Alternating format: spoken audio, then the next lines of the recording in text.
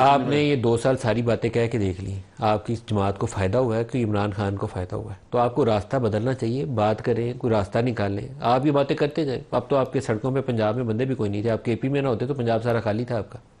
دیکھیں، اتنا میں آپ کو بتاؤں کہ آپ جتنا ظلم اور جبر اور تشدد اور ایک فاشسٹ رویہ رکھ کے آپ نے خواتین کا لحاظ کرے، کیا یہ ریحانہ ڈار کے ساتھ جو ہوا ہے بالکل غلط ہے، یہ کسی طریقے سے ہوا ہے؟ نہیں بالکل یہ غلط جو یہ بچیوں کو، خواتین کو جس طرح جیلوں میں ڈالتے ہیں، کسی کے گھر میں ناجائز چھاپا مارنا، کسی کی خاتون کو ہراساں کرنا ظلم ہے۔ میں تو ڈاکٹر یاسمین راشد کے اوپر بھی کہتا ہوں کہ غلط ہے بالکل۔ آج جو وہ انٹیریئر جو مملکت کا جو ہے اسٹیٹ منسٹر کیا ہے وہ طلال چودھری، اس نے اسمبلی کی فلور پہ کہا کہ 900+ لوگ پکڑے ادھر پنجاب میں۔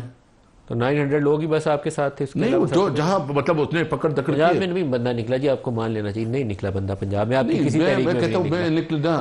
24 اور 26 نومبر کے درمیان بھی آپ کا سارا جتنی موبلائزیشن تھی، اگر علی امین گنڈا پور آپ کا وہ بندے ادھر سے موبلائز کر کے نہ لاتا، آپ ہی کے پی والے لوگ جو موبلائز کر کے لائے تھے، پنجاب سے کوئی نہیں تھا۔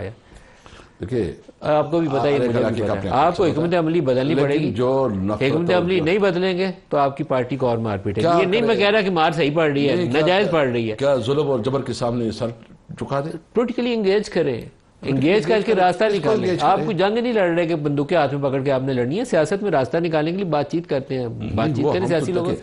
ہم نے کبھی بات چیت سے انکار نہیں کیا، ہم ہمیشہ بات چیت پہ یقین رکھتے ہیں، لیکن آپ کے پاس اتنا اختیار نہیں ہے کہ آپ ہمارے ایک ملاقات جو ہے نا وہ کروا سکے اپنے چیئرمین کے ساتھ۔ جو کروا سکتے ہیں انہی سے مذاکرات شروع کر دیں، چلے جائیں ان کے پاس اسد کیسر مل لے، نیچے سے آپ کی پارٹی آپ کی ٹانگیں کھینچنی شروع ہو جائے گی۔ علی امین گنڈا پور ملتا ہے تو علی امین گنڈا پور کے نیچے سے ٹانگیں کھینچتے ہیں۔ وہ پبلکلی کہتی ہے نا کہ سیاسی لوگ بات کریں، سیاسی لوگوں کی حیثیت یہ ہے کہ وہ ایک ملاقات نہیں کر سکتے، یعنی پنجاب میں ان کی حکومت ہے، وفاق میں ان کی حکومت ہے، ایک ملاقات نہیں کر سکتی۔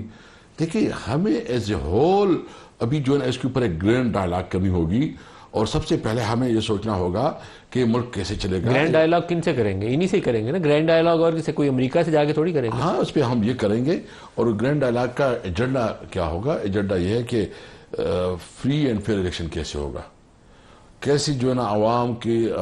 تو اس کے لیے شہباز شریف کے ساتھ بیٹھ جائیں گے؟ گرینڈ ڈائلاگ مین گرینڈ، تو اس میں شہباز شریف کے ساتھ بیٹھ جائیں گے۔ دیکھیں، ہم ہر ایک کے ساتھ بیٹھیں گے، لیکن اس کے لیے ایجنڈا یہ ہو کہ الیکشن کرواؤ، الیکشن کرواؤ، فری اینڈ فری الیکشن کرواؤ۔ یہ پری کنڈیشن کے ساتھ تو آپ سے کوئی مذاکرات نہیں کرے گا۔ نہیں، اس طرح تو نہیں ہو سکتا، اس کے ساتھ ہم کیوں بیٹھے ہیں؟ جب وہ آپ کے لیے الیکشن کے لیے کیوں بیٹھے آپ کے ساتھ؟ وہ خود مسترد شدہ آدمی ہے، اس کے پاس کوئی مینڈیٹ نہیں ہے، کوئی پالیٹک نہیں۔ ابھی بتائیں نا، یہ چینی کا سکینڈل جو ہوا ہے، غلط ہوا ہے، اس کے اوپر سزا ہونی چاہیے، جو لوگ منوس ہیں اس کو سزا ہونی چاہیے۔ دیکھو، اس کے اندر اخلاقی ضرورت ہوتی تو استعفا دیتا تھا، اگر شہباز شریف میں تھوڑی اخلاقی ضرورت ہوتی تو ریزائن کر لیتا۔ یعنی فیملی میں بیٹھ کے یہ فیصلہ کرتے ہیں کہ چینی کو ایکسپورٹ کرے، اور پھر آپ کے پاس جو ہے نا پتہ نہیں ہے کہ آپ کی کتنی۔